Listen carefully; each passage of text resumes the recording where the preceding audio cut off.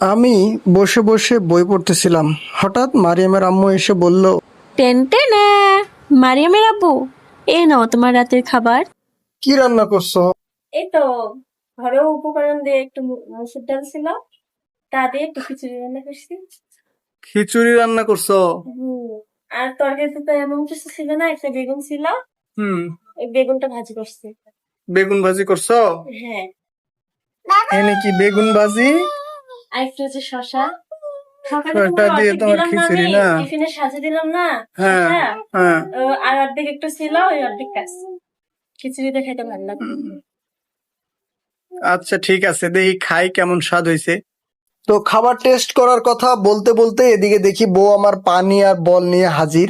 প্রায় সময় আমার সে খাবারের আগে আমার হাত ধুয়ে দেয়। তো আমি তাকে জিজ্ঞেস করলাম, তুমি খাবা কিনা আমার সঙ্গে? তখন আমার বউ বলল যে না, তুমি আগে খাও, তারপর আমি খাবো। এদিকে খাবারটি আমার দেখে অনেক লোভ লাগতেছে, মনে হচ্ছে অনেক সুস্বাদু হবে। দেখি আগে খাবারটা টেস্ট করে। বিসমিল্লাহ। অনেক সুন্দর হয়েছে, থ্যাংক ইউ।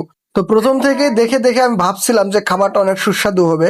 তো খাওয়ার পরে এটা বুঝলাম যে না, আরো অনেক সুন্দর হয়েছে। তার সাথে বেগুন ভাজিটা দিয়েছে না, এক কথায় অসাধারণ। আবারও তোমাকে অসংখ্য ধন্যবাদ বউ, এমন সুন্দর খিচুড়ি রান্না করে আমাকে খাওয়ার জন্য।